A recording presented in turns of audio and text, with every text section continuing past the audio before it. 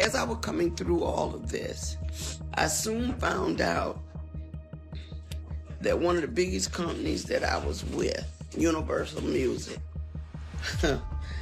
it's the second part of the ugly truth.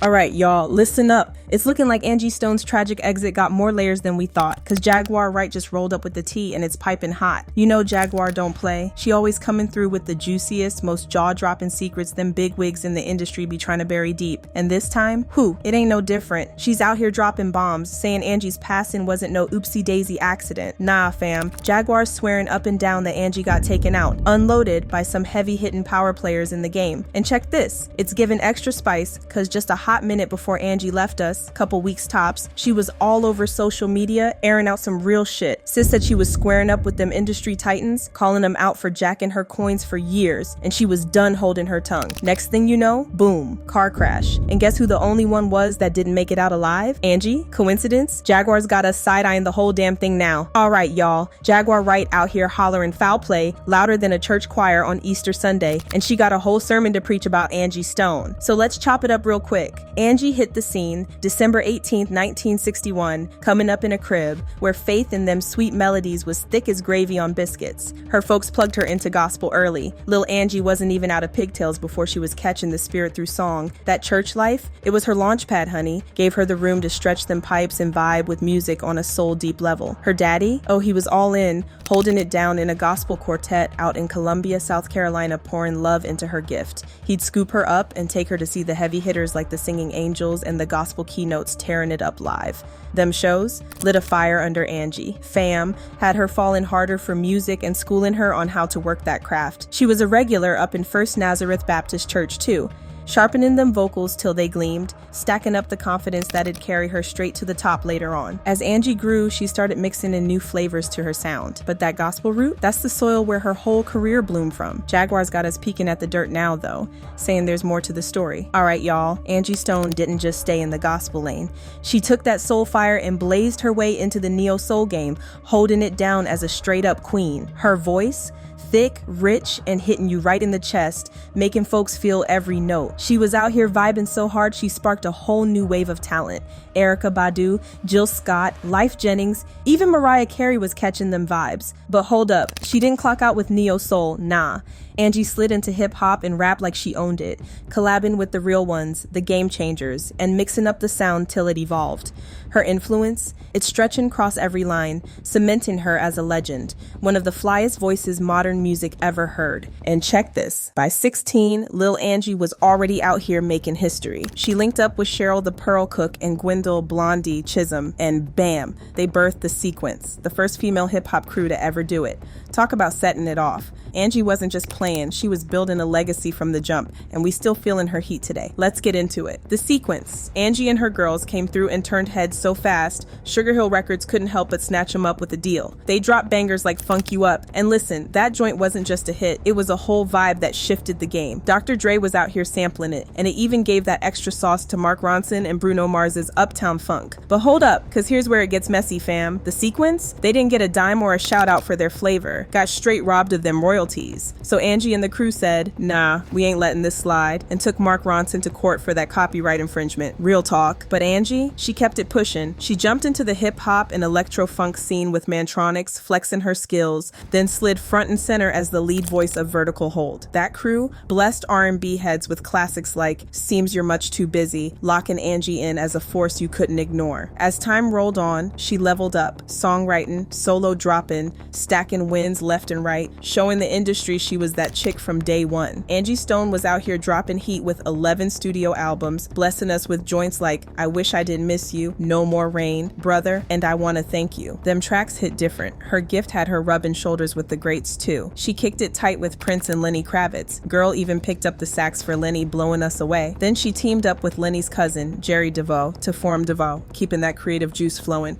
But listen, one of her biggest flexes was behind the curtain. She was the secret sauce in D'Angelo's sound, co-writing and producing vocals for Brown Sugar and Voodoo. Them albums? Straight iconic, defining his whole career. Now here's the tea. Angie and D'Angelo were a thing back then, tangled up in love and all that. But Chile, it wasn't no fairy tale. Behind the beats, it was a hot mess, straight up toxic vibes. She poured her soul into shaping his music, but let's keep it a buck. D'Angelo's ego was probably too big to admit how much she held it down. Instead of giving her them flowers she earned, he left her contributions on the low. Angie was the real MVP, y'all, even if he wasn't trying to say it out loud. D'Angelo was out here trying to dim Angie's shine, acting like she ain't put that magic touch on his whole vibe. And that's what tore him apart in the end, real talk. But he wasn't the only one playing her short. Angie spilled some tea about how Mary J. Blige swooped in and snatched up songs she'd poured her heart into with D'Angelo, like Every Day and Die. Mary flipped them, slapped Paradise on one, and dropped it like Angie's name didn't even belong in the credits. Messy, right? And if that ain't enough, Jill Scott's camp had her under a microscope, clocking Angie's every move, how she dressed, how she carried herself, trying to remix her whole flavor and swagger.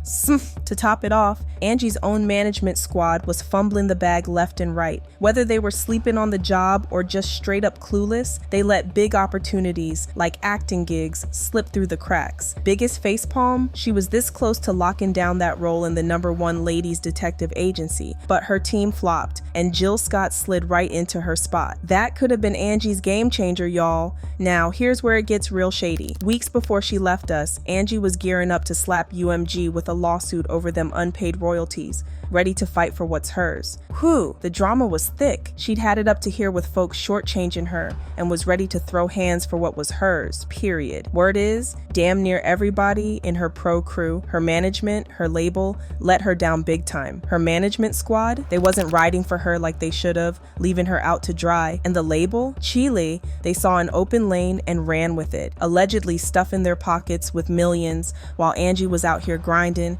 pouring her whole soul into them tracks. She was hustling hard, giving us her heart, and meanwhile, they was just kicking back, cashing checks off her sweat like it was nothing. That one of the biggest companies that I was with, Universal Music. It's the second part of the ugly truth. We began to research things to check on my royalties and my statements and things that of that nature, only to find out a lot of my publishing, a lot of my royalties, my mechanicals, they have all pretty much been stolen.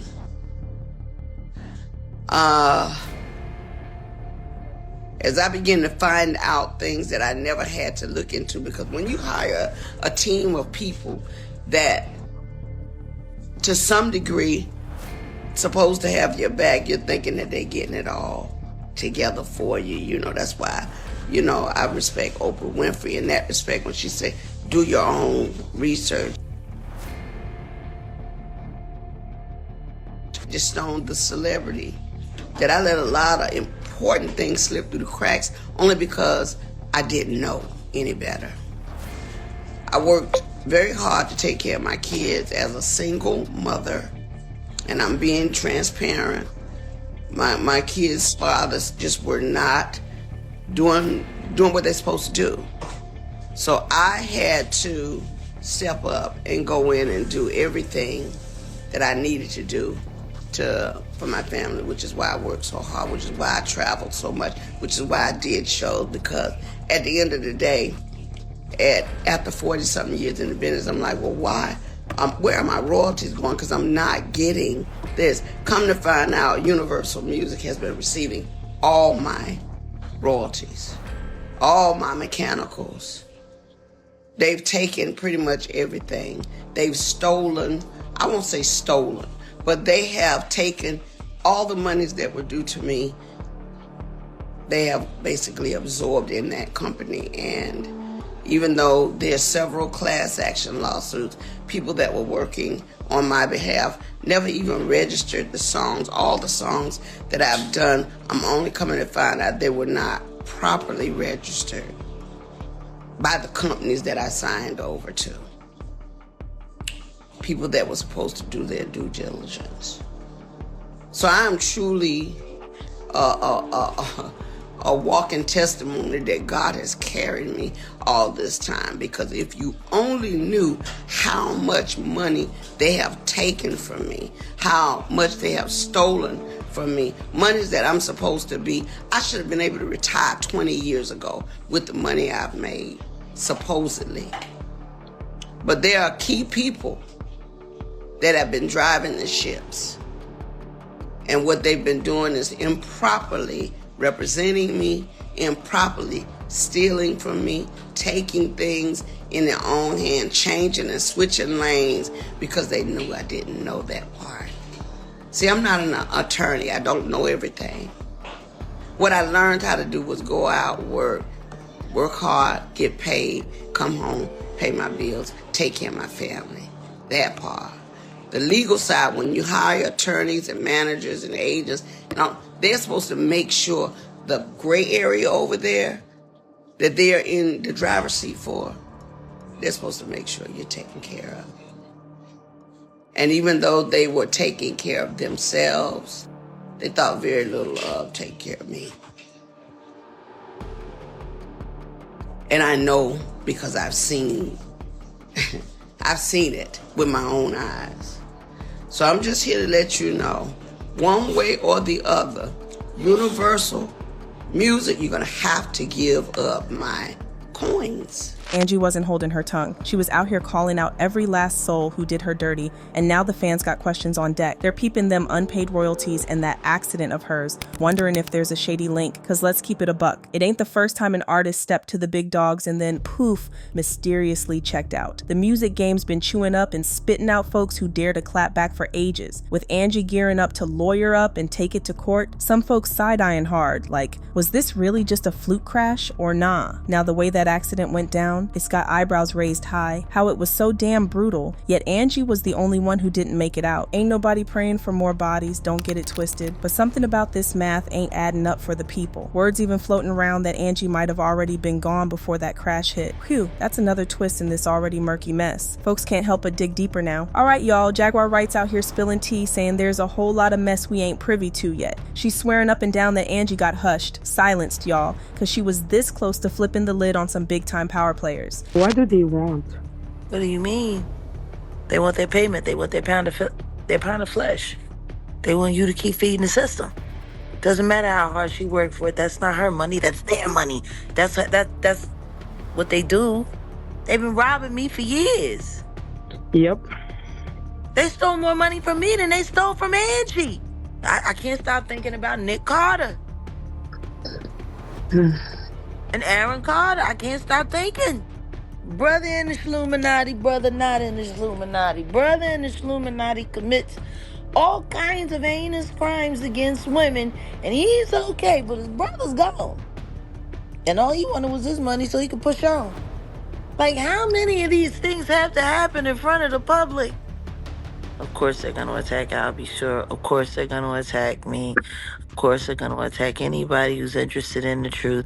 Of course they're going to come at us really hard for that first 72 hours and make sure we stop posting, or at least get us flagged from being able to go live so nobody thinks about the details of the fact that we just watch Angie Stone get moved around in real time on her son's. Chill, this is wild as hell. But when you peep all the dirt we done dug up about the industry and them heavy hitters pulling strings, maybe we shouldn't be clutching our pearls too hard, you feel me? Anyway, y'all drop in the comments how this hitting you. Let's chop it up. Then slide over and check this next video cause we ain't done yet.